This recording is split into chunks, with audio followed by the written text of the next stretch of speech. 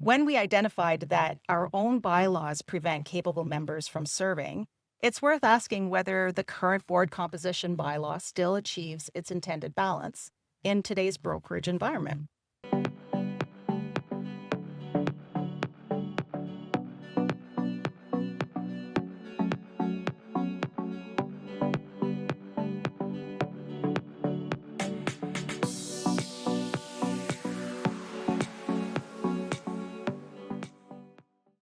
Hi, ladies. Welcome to CREB Cast.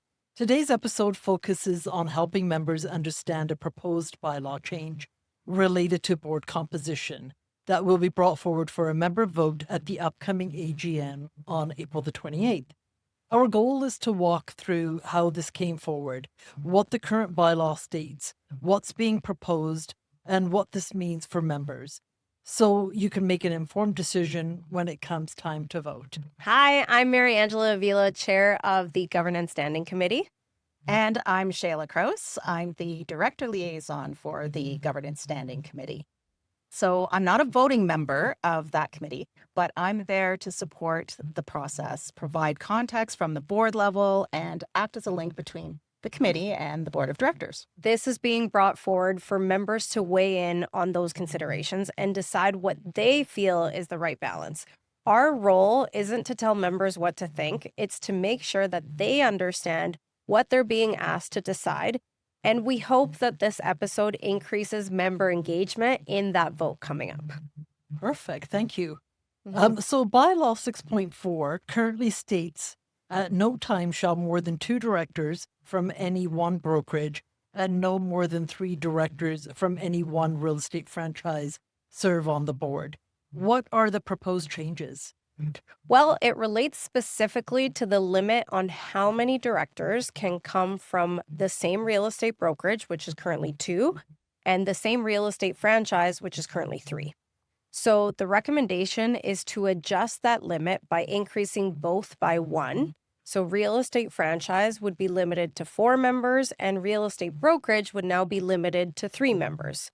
Of course, this would require a bylaw amendment, and this would need to be approved by the membership, which is why it's being brought forward for a vote at our upcoming AGM. Can you tell me, Shelagh, why the board has identified the brokerage and franchise limitation rule as a priority for review?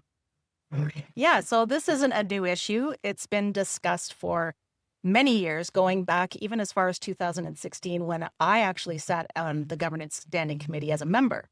More recently, in the December 2025 by-election, interested candidates were excluded due to brokerage status.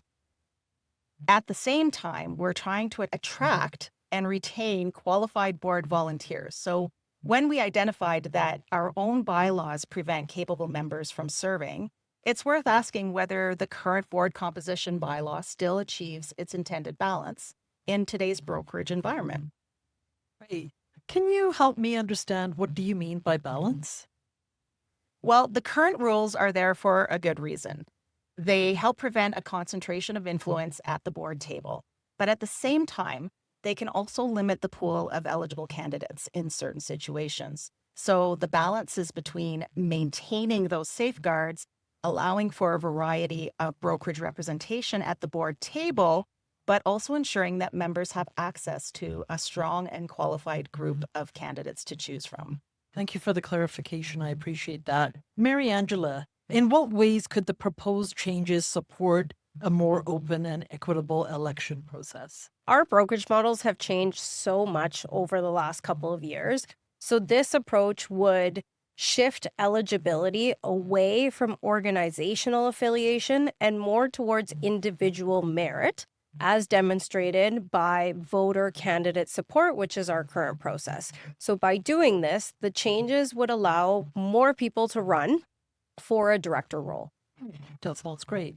What role does the Governance Standing Committee play in reviewing the bylaws and policies related to brokerage and franchise representation? I'll ask you, Mariangela. Yeah. So governance-related issues are usually brought to the Governance Standing Committee, as our committee is mandated to review governance-related matters affecting CREB. The Governance Standing Committee is made up of a group of member volunteers who reviews policies and bring forward recommendations. Once the committee has fully discussed it, it may bring forward a recommendation to the board of directors. And it's important to note that these are recommendations. We do not make decisions. That's then up to the board of directors to discuss. Yes, there's a lot of discussion and consideration at each stage before anything moves forward. So usually when committee recommendations are proposed and presented to the board, the motion gets reviewed and discussed, and the board either approves it, amends it, or defeats it. But in this specific case, the board of directors' approval is not the final decision because it involves a bylaw change. So it has to go to the membership for a vote. Ultimately, while committees and the board play a role in reviewing and recommending these changes, when it comes to bylaws and our governance, the ultimate decision is left up to members. Thank you. I'd like to ask both of you, actually, if this change will influence the election outcome. The election outcome is ultimately member-driven, and that process remains completely unchanged. What is up for the members to decide is if we want to broaden the eligibility of candidates, increase competition, and better reflect the diversity and interest of our membership, and see that at the board table. Yes, and it's just opening the door for more people to be able to run. This type of change does not appoint anyone to the board or guarantee any election outcome. All candidates must still meet the required qualifications and go through the same process as it currently exists. Perfect. Thank you for that. Mm-hmm. How will members receive the information before voting? So members will receive materials in advance of the AGM that outline the proposed change, the rationale behind it, and the key considerations. That way, members have some time to review the information, think it through, and come prepared to make an informed decision. It'll be presented as two separate questions so that members have a choice on each option. That way, you can individually decide how you feel about increasing the limit number for brokerages or the limit number for franchise. Or maybe you agree with both or disagree with both. You have a choice.